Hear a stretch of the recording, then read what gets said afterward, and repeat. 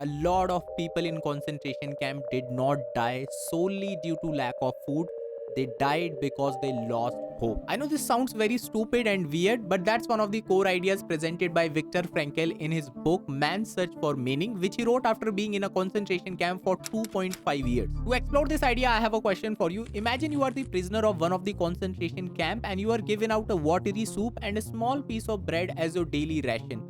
Now the question is, would you eat that bread immediately or save some for later? See, when you are in a concentration camp, you have to make every decision with best precision you can, because even minor mistake can drastically lower your chances of survival. So you have to be very precise with even insignificant decision like, would you eat that piece of bread immediately or save some for later? Viktor Frankl explores both school of thoughts. If you decide to eat your bread immediately, this had twofold advantage of satisfying your worst hunger pangs for a very short period of time, at least once a day, and of safeguarding against possible theft or loss of your bread. Second group, which held with dividing the bread up, used a different argument. They saw piece of bread as not just a source of nourishment.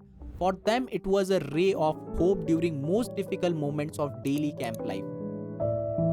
Imagine waking up at 4 a.m. by piercing sound of whistle. Your whole body is in pain, every joint feels stiff, and even moving is a struggle. Then comes another challenge. Your shoes, they are wet and frozen from the cold, and your swollen feet barely fit inside. For some people, the shoes don't fit at all, leaving them no choice but to march barefoot in the freezing snow. So it's completely normal if you find someone whom you knew to be brave and dignified cry like a child because he finally had to go out to the snowy marching grounds in his bare feet because his shoes were too shrunken for him to wear.